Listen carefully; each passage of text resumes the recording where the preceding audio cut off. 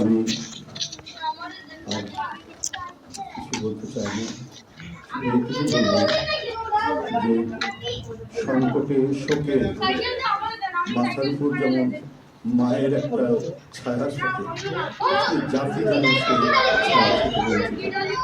আমরা হলাম অসুস্থ ছিলেন হাসপাতালে, কখনো বাসায়, কিন্তু বাইরে কাজ করতে আমাদের মানে মনে হতো যে মা তো আছে,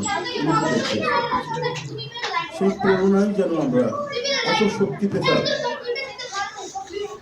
যে এটা এই ভাষা আমি পাচ্ছি না।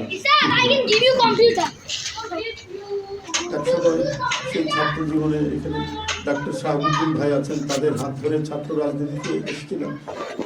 এরপরে একটা দীর্ঘ জীবন যার নেতৃত্বের ছায়ায় বেড়ে ওঠা, তিনি এত তাড়াতাড়ি চলে যাবেন, এ বড় বেদনার।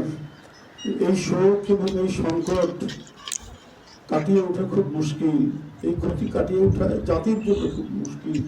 এত নিপীড়ন সহ্য করে, এত চোখের সামনে সন্তানের লাশ দেখে শুধুমাত্র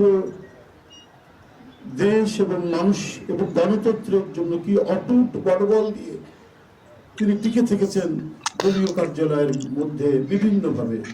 তারপরেও কখনো তার চোখে মুখে কোথাও তিনি এটা আমরা পাইনি। আজ তিনি পৃথিবী থেকে চলে গেলেন, আমরা তার আত্মার মাগফিরাত কামনা করছি। সারা দেশ এবং সারা বিশ্ব এই নিপীড়িত মজলুম নেত্রী তার জন্য গভীর শোক জানাচ্ছে।